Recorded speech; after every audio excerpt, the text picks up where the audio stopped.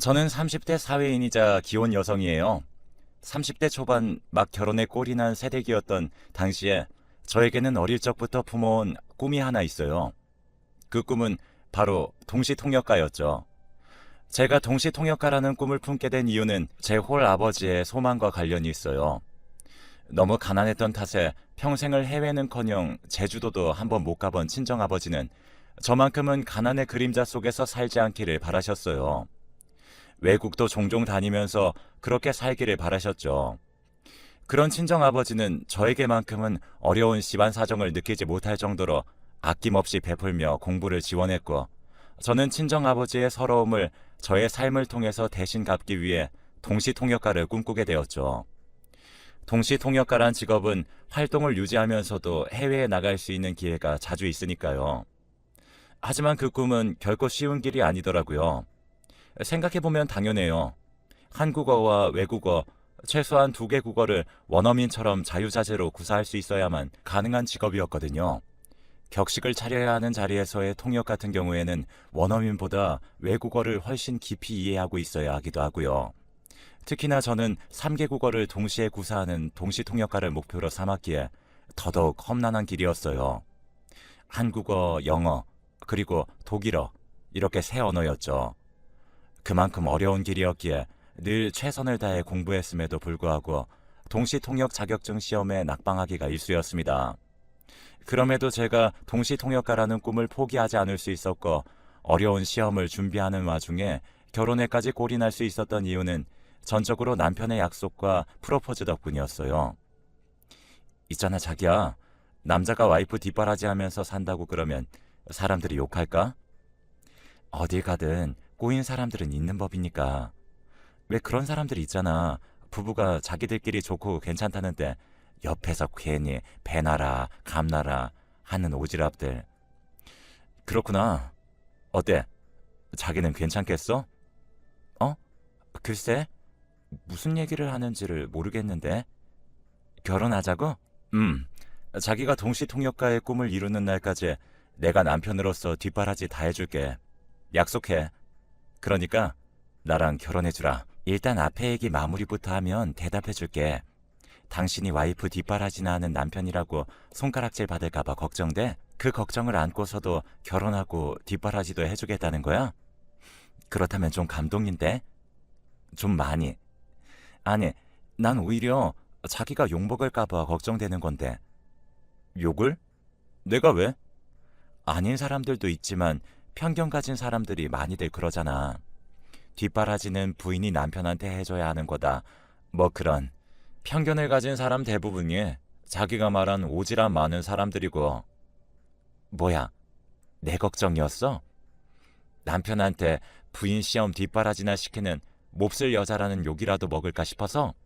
당연하지. 내가 내 걱정을 뭐하러 하냐? 나는 자기랑 함께 있으면 세상 아무것도 무서울 것도 없는데? 나도 마찬가지라고. 당신이랑 함께 있으면 아무것도 무서울 거 없어. 당신이 힘이 되어주면 시험도 합격할 수 있을 것 같고. 그래서 말인데, 나랑 결혼하자. 내가 꼭 자격증 시험도 합격하고 성공해서 당신 호강시켜줄게. 그렇게 저와 남편은 결혼 준비를 시작했어요. 저희는 둘이 함께라면 아무 걱정도 없을 만큼 행복할 줄 알았죠. 남편은 저의 동시통역가 시험을 뒷바라지하기로 약속했고, 저는 그런 남편을 평생 지켜주기로 약속했으니까요. 그때 저희는 진짜 이 세상에 무서울 것 따위는 전혀 없다고 생각했어요. 하지만 아니더라고요. 주변 모든 사람들이 축복하는 저희 부부의 결혼에 오직 단 한 사람만이 고가운 시선을 보냈죠. 그 사람은 앞으로 계속 문제가 될 시모였어요. 천성이 검소하고 반듯한 남편과는 다르게 부자 갑질이 일상인데다 심성이 베베 꼬이기까지 한 시모는 결혼을 준비하던 때부터 저를 못마땅하게 여긴 유일한 사람이었어요. 그 이유는 다름 아닌 혼수 때문이었죠. 솔직히 제가 혼수를 부족하게라도 해갔으면 최소한 억울하진 않겠어요. 친정아버지는 가난할지언정 딸인 저에게만큼은 아낌없이 베푸는 분이라고 했잖아요. 혼수도 마찬가지였어요. 친정아버지가 아끼고 아껴가며 모은 적금을 탈탈 털어 마련한 돈으로 격식에 어긋나지 않을 만큼의 혼수는 다 마련했단 말이에요. 시댁 친척 어른들도 저희 친정아버지가 마련한 혼수에 대단히 만족했고요. 만족을 넘어서 친정아버지에게 감사의 인사를 할 정도였습니다. 그러나 시모만큼은 혼수에 만족하지 않았고 당연히 불만도 아주 컸죠. 시모가 내놓으라고 요구했던 혼수 금액 최소 1억 5천만 원을 맞춰주지 못했으니까요. 나 원참 1억 5천만 원이 말처럼 쉬운 돈도 아니고 가뜩이나 베베 꼬인 시모인데 혼수에 대한 불만을 품은 채로 결혼까지 시켰으니 저의 결혼 생활이 오죽이나 험난했을까요? 시작부터 만만치 않았죠. 저를 향한 시모의 타박은 입만 열면 기승전돈이었어요. 언제나 돈으로 시작해서 돈으로 끝나는 셈이었죠. 당시 큰 식당을 경영하고 있던 시모는 지역에서 어깨 떵떵거리며 산다는 말도 심심찮게 들리는 부자였고 가난한 데다 혼수까지 못마땅하게 해온 며느리인 저를 향한 타박과 유세가 정말 대단했어요. 매번 이런 식이었죠. 너 아직도 공부 같은 거 한다면서 동시통역가인지 뭔지 아무튼 그딴 거 다 쓸데없다. 아닌 말로 여자가 배워서 어디다 쓴다니? 예로부터 암탉의 울음소리가 담장을 넘어가면 집안이 망하는 법이야. 글쎄요. 제가 동시통역가가 되는 게 집안이 망하는 길은 아닌 것 같은데요. 없는 처지면 자식 교육에라도 힘쓰던가. 사돈은 딸 자식을 어떻게 가르친 거야 대체. 너 지금 그게 무슨 시어머니한테 버릇없이 따박따박 말대꾸나 해대냐는 말이다. 그건 어머님이 먼저 저 앞에 두고 암탉이네 어쩌네 험담을 하니까 그런 거죠. 아이 시끄럽고 쓰잘데기 없는 동시통역가 공부니 뭐니 그딴 거 당장에 때려치우고 남의 집 식모살이라도 하거라. 당장 이혼당하기 싫으면 식모살이를 해서라도 결혼할 때 못다 채워놓은 혼수를 마저 채워놓으라는 얘기야. 진심으로요? 세상에 혼수를 1억 5천씩이나 해오는 사람이 얼마나 된다고요? 그럼 시애미가 며느리 따위랑 말장난이나 할 입장이니? 따위라뇨? 저도 사람인데 인격적인 존중을 해주셔야죠. 어머님은 말이 너무 심하시다고요. 인격적인 존중? 그런 거 받고 싶으면 당장 나가서 돈 벌어와. 부족한 혼수 채워놓기 전까지는 사람 대접 받을 생각 따윈 하지도 말고 정 능력이 안 되면 우리 식당에 와서 허드렛 일이라도 하거라. 화장실 변기도 좀 닦고 음식물 쓰레기도 좀 치우고 시간당 3,500원은 쳐주마. 어머니, 이게 어디서 목소리를 높이기를. 식당에 일자리 마련해줄 정도면 나만큼 좋은 시어머니 세상에 또 없는 법이야. 일단 그렇게 할 테니 내일부터 출근하거라. 제가 그렇게는 못하겠다고 맞서거나 말거나 시모는 못 들은 채 해가며 쌩하니 자리를 떠버렸어요. 그리고 바로 다음날 아침 일찍부터 저희 신혼집 앞으로 식자재 운반용 트럭을 대동한 채로 나타나더군요. 그리고는 글쎄 저를 다짜고짜 집에서 끌어내더니 트럭에 싣는 게 아니겠어요. 트럭 뒷자리에 태운 것이 아니고요. 말 그대로 저를 트럭에 실었어요. 시모가 저를 내팽개친 곳이 트럭 짐칸이었거든요. 그렇게 저를 납치하다시피 태운 트럭이 도착한 곳은 역시나 시모의 식당이었어요. 시모는 당황한 제가 미처 정신을 가다듬을 겨를도 없이 변기부터 닦으라며 화장실로 등을 떠밀었어요. 정말 황당했고 수치스러웠어요. 시모의 식당을 돕는 거요? 식당이 어려운 상황이라면 당연히 도와야죠. 또한 시모가 어려운 상황이니 도움이 필요하다고 부탁을 했더라면 아주 기쁜 마음으로 도왔을 거예요. 며느리도 가족이니까요. 하지만 그때는 그런 상황 자체가 아니었다고요. 시모의 식당은 줄을 서서 먹을 만큼 손님들이 넘쳐났고 직원들도 많은 상황이었어요. 그런 상황에 심지어 모욕까지 줘가면서 강제로 일을 시키려고 드는데 세상 어떤 며느리가 나 죽었소 하면서 얌전히 당하고만 있겠어요. 그래서 그날은 일단 남편에게 문자를 보냈어요. 시모한테 억지로 끌려와서 모욕을 당하고 있으니 빨리 나를 데리러 와달라고요. 다행히 금세 도착한 남편이 저에게서 시모를 떼어놓은 덕분에 첫날의 수모는 일단락 지어졌지만 그 후로부터 한동안 비슷한 실랑이가 이어졌어요. 시모는 매일 새벽같이 식자재 트럭을 대동해 신혼집에 들이닥쳤어요. 그때마다 저는 남편과 미리 말을 맞춘 대로 문을 열어주지 않는다거나 시모가 신혼집에 도착하기 전에 도서관에 도착해 동시통역과 자격증 시험을 위한 공부를 시작한다거나 하는 식으로 대응했어요. 그럼에도 시모의 식당 허드렛일 타령은 그치지 않았고 저는 어쩔 수 없이 시모에게 맞서기를 다짐했습니다. 시모가 저를 타박하는 이유는 욕심을 채우지 못한 혼수 때문이었기에 더더욱 참아서는 안 된다는 생각이 들었거든요. 혼수를 트집 잡아 저에게 모욕을 준다는 것은 어려운 경제 상황 속에서도 불구하고 정성과 격식을 모두 갖추어 혼수를 마련한 친정아버지를 업신여긴다는 것과 같은 말이거든요. 실제로 시모의 입에서 못난 애비, 가난한 애비 따위의 말들이 심심찮게 나오기도 했고요. 앞으로 아침마다 신혼집에 저 잡으러 오지 마세요. 뭐? 식당이 어려워서 어쩔 수 없이 도움이 필요하다고 부탁을 한다면 당연히 기쁘게 도왔겠죠. 근데 그런 거 아니잖아요. 그냥 제가 싫고 미워서 괴롭히기나 하고 싶으셔서 허드렛 일을 시키려는 거잖아요. 너 말 참 무섭게 하는 재주가 있구나. 누가 들으면 내가 아주 몹쓸 시엠인 줄 알겠어. 말을 무섭게 하는 재주가 아니라 현실이 그렇잖아요. 어머님 생각에도 그렇잖아요. 근데 전 그런 거 싫거든요. 참을 수도 없고 참아서도 안 되는 일이거든요. 혼수 때문에 저를 업신여기는 거, 그 혼수를 정석껏 마련한 친정 아버지를 욕하는 거랑 같은 말이기 때문이니까요. 부모 욕 듣고도 가만히 참는 자식이 세상에는 있을지도 모르겠지만 적어도 저는 아니라고요. 그러니까 앞으로 아침마다 신혼집에 저 잡으러 오지 마세요. 억지로 잡혀가서 하는 강제노동 안 합니다. 혼수 트집 잡아서 험한 말 쏘아붙이는 일도 그만하시고 저의 꿈도 무시하지 마세요. 네가 이제는 정신줄을 놓아버렸구나. 가난하고 무능한 애비 밑에서 못 배우며 자란 티를 내도 유분수제. 이게 어디서 이래라 저래라야. 그런 험한 말로 제 친정아버지를 업신여겨봤자 결국에는 어머님 얼굴에 똥칠을 하는 꼴밖에 안 될 거예요. 말은 그 사람의 인격을 나타내는 거울이니까요. 혼수도 보잘것없이 한 거지 집안 주제. 너는 뭐가 그렇게 떳떳하다니? 혼수 못마땅하게 여기는 사람은 어머님 혼자인 걸로 아는데요. 다른 시댁 친척들은 다들 만족했어요. 고맙다는 인사를 친정아버지에게 전하기도 했고요. 진심으로다가요.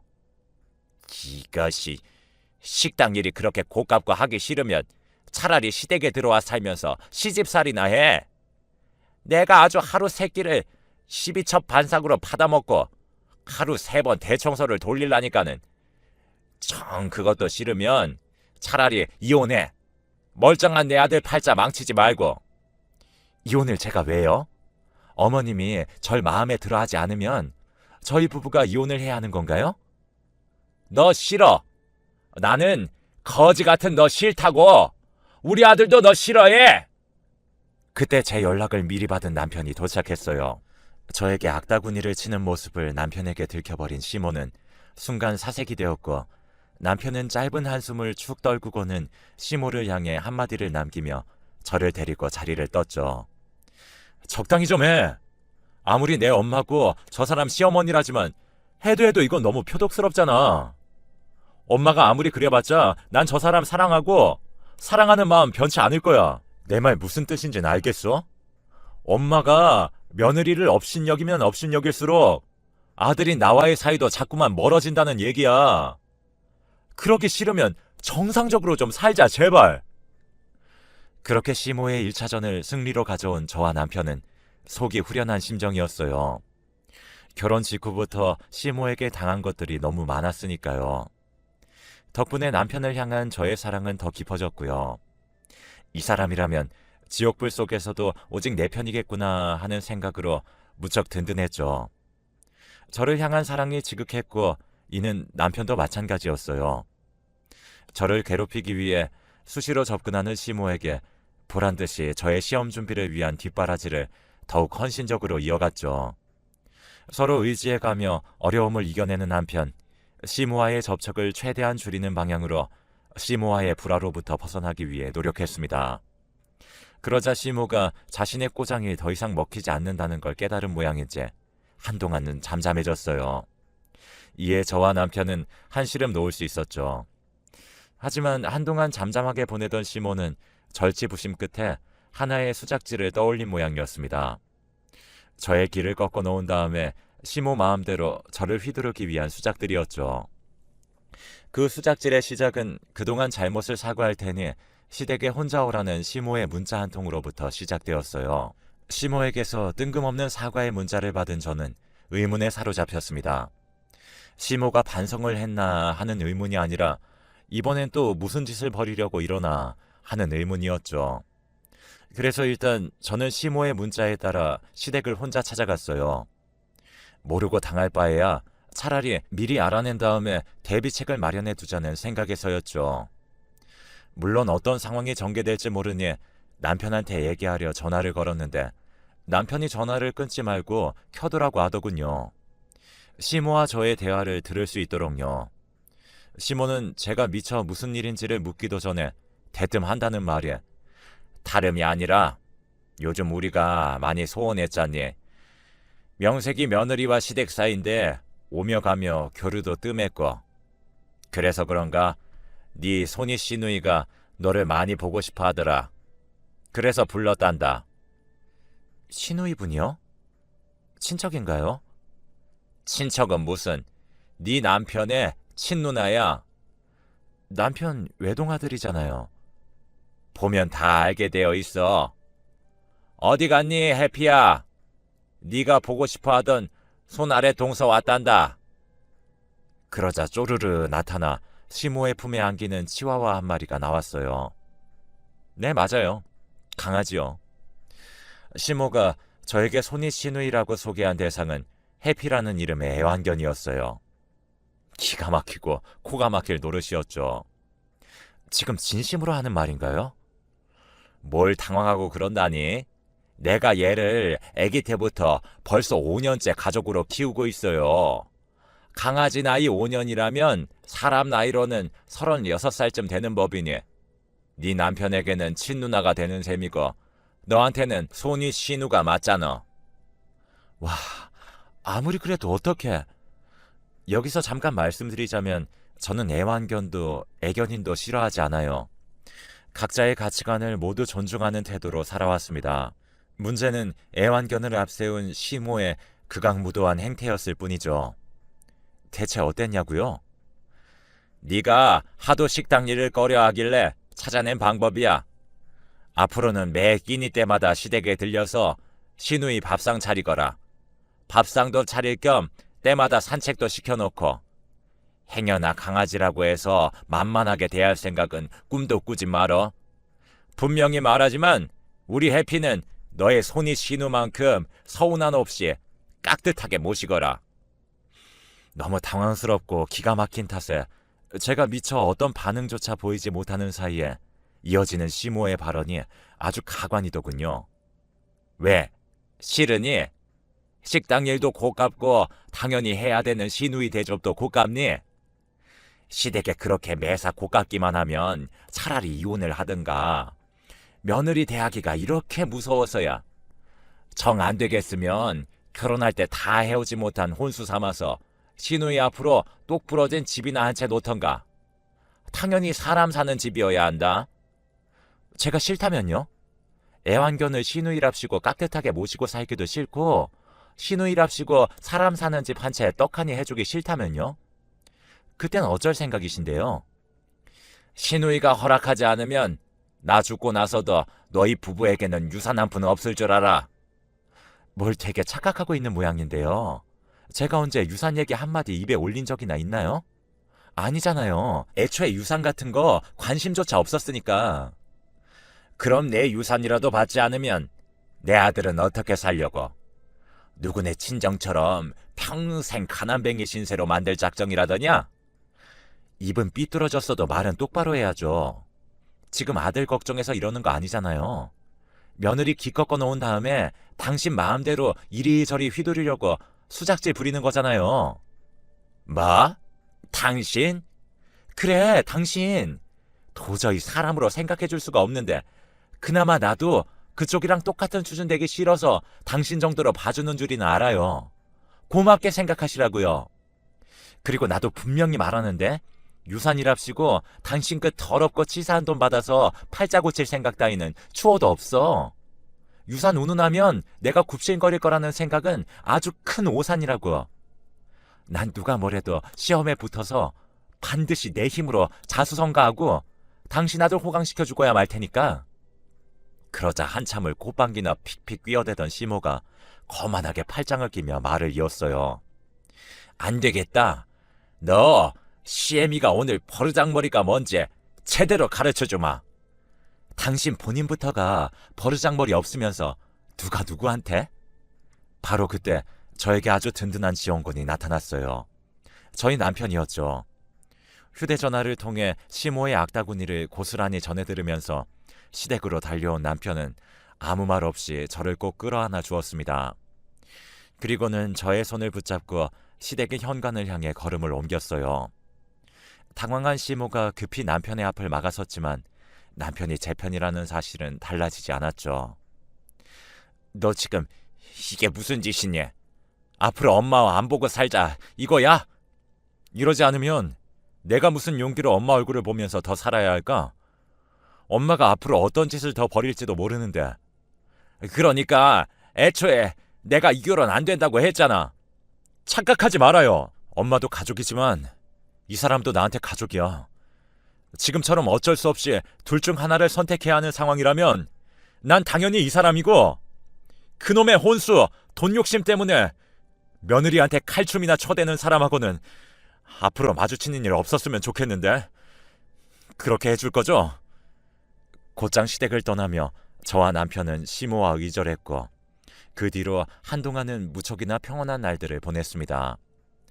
남편은 장인어른에게 늘 따뜻했고 저의 시험 준비도 옆에서 잘 도왔습니다. 저는 남편의 뒷바라지와 친정아버지의 보살핌 덕분에 공부에 매진할 수 있었고요. 덕분에 다가오는 동시통역과 자격증 시험에는 합격을 노려볼 수도 있을 만큼 성적이 급상승했어요. 그런데 덜컥 친정아버지가 돌아가셨어요. 아무 고통 없이 푹 주무시면서 평온한 얼굴로 떠나셨어요.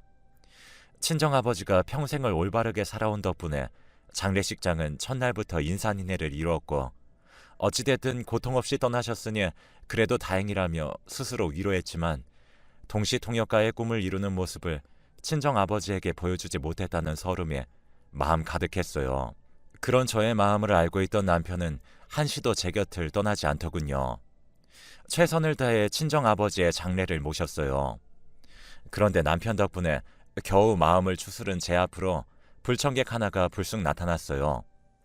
그날은 조문객들이 가장 많았던 장례식 첫날, 수많은 조문객들이 지켜보는 가운데 제 앞으로 모습을 나타낸 사람은 바로 시모였어요. 시모를 마주한 순간 저는 불안에 휩싸였어요.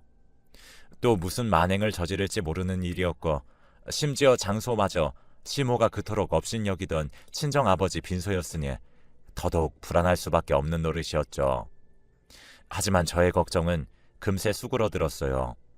시모가 아주 정갈한 상복 차림으로 나타났기 때문이에요. 왜 그런 말도 있잖아요. 아무리 험악한 사이라도 장례식과 같은 자리에서 때로는 기적 같은 화해를 이루는 경우도 있다는 말이요. 그때 저는 상복 차림으로 나타난 시모가 정신을 차렸다고, 그래서 친정아버지의 마지막 떠나는 길에 사돈의 예의를 지키기 위해 와주었다고 짧은 순간에나마 그렇게 생각했어요. 마침 시모는 저에게 직접 부조금 봉투를 건네더군요. 제가 감사하다는 인사와 함께 시모의 부조금 봉투를 받아들려는 순간 시모가 다짜고짜 저의 손목을 억지로 붙들고는 장례식장 밖으로 끌어내려 하더라고요. 그러면서 하는 말이 네 시누이가 임종했으니 시누 장례식장에 와서 손님들 수발이나 좀 거들 거라 그랬어요. 친정아버지의 장례식 첫날이 하필이면 시모가 저에게 시누이로 모시라며 강요했던 애완견 해피의 장례식 첫날과 겹쳤던 것이었어요. 시모는 애완견 해피의 장례식 때문에 상복을 입었을 뿐이었고요. 결코 제 친정아버지의 장례식 때문이 아니라요. 모든 사실을 깨달은 저는 차마 말로 표현할 수 없는 분노가 치솟았지만 애써 감정을 추스르며 대답했어요. 다른 자리 같았으면 참지 않았겠지만 친정아버지의 장례식장이었으니까요. 그래서요? 부친상 당한 저더러 그쪽 집안 장례식에 나가서 잡일이나 하라고요? 결혼할 때 혼수도 제대로 못 해왔으면 시누이 장례식에 노동으로라도 갚아야지. 이건 경우가 아니죠. 다른 상도 아니고 부친상이라고요. 부친상. 하다못해 사람 장례식이 겹쳤다고 해도 부친상 상주를 포기하라는 것은 있을 수도 없는 얘기인데, 심지어 그쪽 장례식은 애완견 장례식이라면서요. 이게 말이 되는 소린가요? 지금 나한테 애완견 장례식 따위가 뭐가 중요하다고? 나한테는 우리 해피 장례식이 더 중요하니 조용히 따라오기나 해. 시모가 고함을 지르기가 무섭게 지금 이게 무슨 일인가 싶어서 지켜보고 있던 조문객들이 분노하며 득달같이 달려들어줬어요. 부친상을 내버려둔 채 강아지 장례식이나 치르라는 게 말이 되는 소리냐면서요. 그러나 이에 굴하지 않는 시모는 저에게 늘 해왔던 말들 그대로 친정아버지를 업신여기는 발언들을 쏟아내고 말았고, 결국 분노한 친정친척 어른들에게 끌려나가면서 장례식장에서 쫓겨나고야 말았습니다. 시모와 조문객들이 한바탕 소란을 벌이고 있던 그때 남편은 바닥에 나뒹굴고 있던 시모의 부조금 봉투를 열어보았어요. 봉투 안에 들어있는 금액과 쪽지 한 장을 발견하고는 몰래 마지막 쫓겨나는 시모의 뒷모습을 향해 체념의 시선을 보냈죠. 잠시 후 소란을 정리한 저에게 남편은 시모의 부조금 봉투와 함께 쪽지를 전해주었어요. 시모의 부조금 금액과 쪽지를 확인한 저는 왈칵 눈물을 쏟고야 말았어요. 더럽고 치사하더라고요. 줄 서서 먹는 식당을 경영하는 큰 부자인 시모가 부조금이라며 봉투에 담아넣은 돈은 단돈 5,000원. 함께 남긴 쪽지는 5,000원을 제외한 나머지 부조금은 결혼 때 제대로 해오지 못한 혼수 비용으로 퉁치자는 셈 치겠다는 거예요. 그날 저와 남편은 친정아버지의 영정 앞에 한마음 한뜻으로 다짐했어요. 앞으로 무슨 일이 있더라도 절대 시모를 용서하지 않기로요. 그러는 한편으로 저는 저 스스로를 다잡았어요. 시모로부터 더럽고 치사한 일을 다시는 겪지 않기 위해서라도 반드시 동시통역관이 되고야 말겠다고요. 꼭 성공해서 내 가족은 내 힘으로 지켜내겠다고요. 그로부터 약 3년 뒤에 저는 마침내 성공한 동시통역가가 되었어요. 능력을 인정받은 덕분에 저는 사업가들의 사업상 통역을 전담하는 스페셜리스트의 자리에까지 오르게 되었죠. 맡은 통역의 중책이 큰 만큼 연봉도 높아져 갔어요. 그러던 어느 날 사무실에서 직원들과 통역 스케줄을 정리하고 있던 저의 사무실로 뜻밖의 손님이 찾아왔어요. 이번에도 역시나 시모였죠. 그런데 시모의 행색이 어딘가 좀 이상해 보였어요. 당장이라도 시모를 문전박대하고 싶은 마음이 굴뚝 같았지만 그 이상한 행색이 궁금해진 저는 일단 시모를 자리에 앉혔어요. 최 실장님, 여기 따뜻한 녹차 한 잔 부탁해요. 아, 잠깐만요. 우리가 따뜻하게 차 나눌 사이는 아닌 것 같아서요. 정 원하면 나가서 한 잔 사오던가요. 1층 카페에 있으니까요. 사주는 거니? 제가요? 아님 됐다. 한 푼이라도 아껴야 할 처지에 카페는 무슨. 한 푼이라도 아껴요? 하긴 딱 보니까 3년 동안 많은 일이 있었던 모양이네. 줄 서서 먹는 식당 사장이랍시고 명품 아니면 입지도 않던 양반이 어쩌고 그러고 온 건가요? 의류수거함에 있는 옷까진 아니고 여기저기 주워서 좀 입다 보니까 꼴이 이 모양이지. 의류수거함 옷이요? 아니 그 많은 재산은 다 어쩌고. 그게 그러니까 말이다. 말끝을 흐리며 한참을 머뭇거리던 시모가 대뜸 한 번만 도와주렴. 딱 한 번이면 돼. 더 이상은 나도 염치가 없어서 바라지도 않는다. 다짜고짜 뭘 도와달라는 거죠? 식당 일이요? 아니면 애완견 밥상 차리는 일이요? 그 사이에 다른 애완견 들이셨나? 사기를 당했어.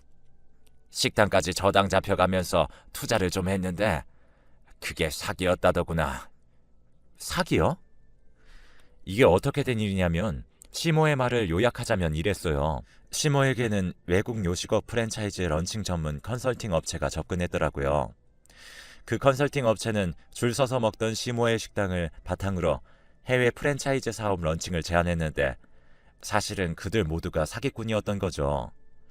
그런 줄은 까맣게 모르던 시모는 일반 부자에서 재벌 수준으로 신분 상승을 할 수 있겠다는 헛된 욕심에 빠져 식당부터 시작해 가진 모든 재산들을 저당 잡혀가면서까지 프랜차이즈 사업에 투자금으로 몽땅 밀어넣었던 거고요. 시모가 영어를 제대로 할 수 있었다면, 최소한 영어에 능통한 통역가의 도움을 받았더라면 충분히 맞고도 남을 만큼 허술하기 짝이 없는 사기라는 점이었어요. 다만 그 통역비가 무척 아까웠던 시모는 그래서 중간에 자기들이 있는 거라며 자기들이 알아서 해주겠다는 그 사람들이 하는 말을 고지고대로 믿었다고 해요. 막을 수 있었던 사기를 꼼짝없이 당해버렸을 뿐이었고요. 결국 시모는 가진 모든 재산을 싹 날려먹은 채로 집도 절도 없이 떠도는 가난뱅이가 되었으니 본인 신세를 스스로 망친 셈이라고 해야 하나요? 그리고 시모가 본인 신세를 스스로 망친 것이 하나 더 있었는데요. 대충 상황은 알겠고요. 바쁘니까 용건만 간단히 하죠. 부탁이라는 게 대체 뭔가요? 그 사기꾼 놈들이 외국 회사라 돈을 돌려받으려면 외국에 소송을 걸어야 한다는구나. 그래서요. 알다시피 난 영어를 한마디도 못하지 않니? 통역을 해달라? 우리가 어떤 사이인지, 당신이 나랑 친정아버지한테 무슨 짓을 했는지 벌써 잊은 건 아니죠? 알지. 나도 염치가 없지만서도 지금 처지에 돈 주고 통역사를 고용할 여유가 없어가지고. 변호사 비용은 있고요. 외국 변호사 비쌀 텐데. 외국 변호사를 꼭 써야 한다니? 한국 국산 변호사는 안 될까? 외국에 소송을 걸려면 외국 변호사를 써야죠. 나라마다 법이 다 다른데. 아무튼 통역가로서 제 대답은 이렇습니다. 제가 할 수 있는 통역이 아니에요. 아니 왜? 너 잘 나간다며? 능력 있는 동시 통역가라며? 능력 있는 동시 통역가인 건 맞는데 경우가 다르죠. 난 강아지 말 같은 건 통역할 줄 모르거든요. 인간의 언어를 번역하는 통역가니까. 그게 무슨... 강아지가 내 시누이라면 당신도 강아지일 텐데 난 멍멍, 으르렁, 깽깽 그런 말 모른다고. 나 지금 많이 바쁜데 여기 계속 있을 겁니까? 시모가 저의 바지가랑이를 붙들고 애원했지만 저는 눈썹 하나 까딱하지 않았어요.